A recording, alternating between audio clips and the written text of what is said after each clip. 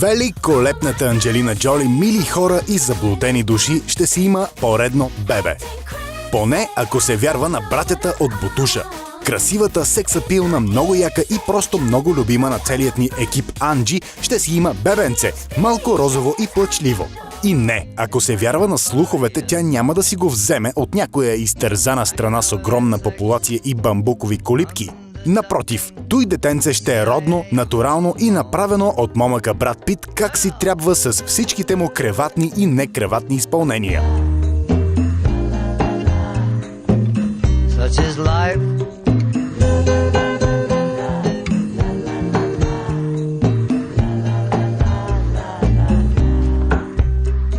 Latino Caribbo, bongo bongo, the flowers good in your hair.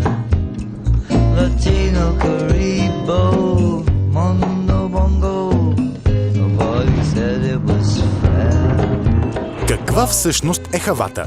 Анджелина и брат от край време много искат да си имат още една родна рожба, така че усилено работят по въпроса. И едва 18 месеца след първото за сега раждане на Анджито, вече се шушука, че тя пак е поиздула коремчето. Как всъщност журналистите са се добрали до тази много ценна информация? Джоли трябвало да изнесе лекция преди седмица към ООН в центъра Пио Манцо край Римини.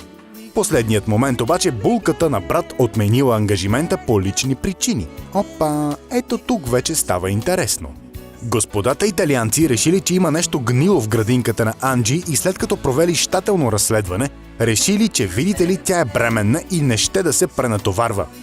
Искрено се надяваме информацията да е вярна и точна. По-късно говорителка на института се изказа, но не успя да опровергае слуховете. Лошото обаче станало, когато медиите поради изказването на въпросната говорителка или от що ли още повече се убедили, че Анджелина чака дете.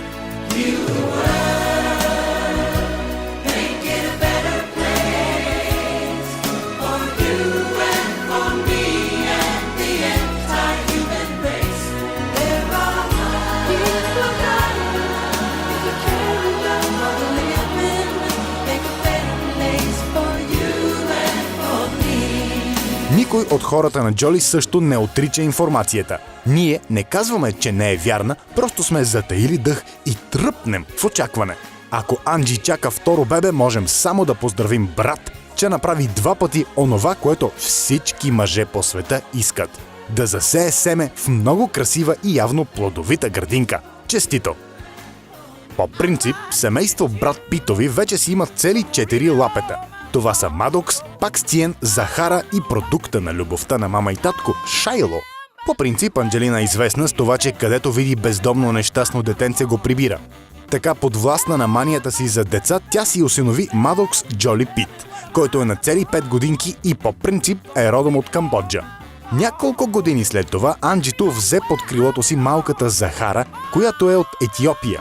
Миналата година, малко след раждането на първото дете на Анч, Шайло Новел Джоли Пит, мама Джоли си осинови и още едно черно детенце, Пакстиен. То непрекъснато из Холивуд някой обявява, че ще помага на африканските народи или ще осиновява бедни порогани дечица, но единствено и само Анджелина е изпоосиновила всички, за които е казала. Евала!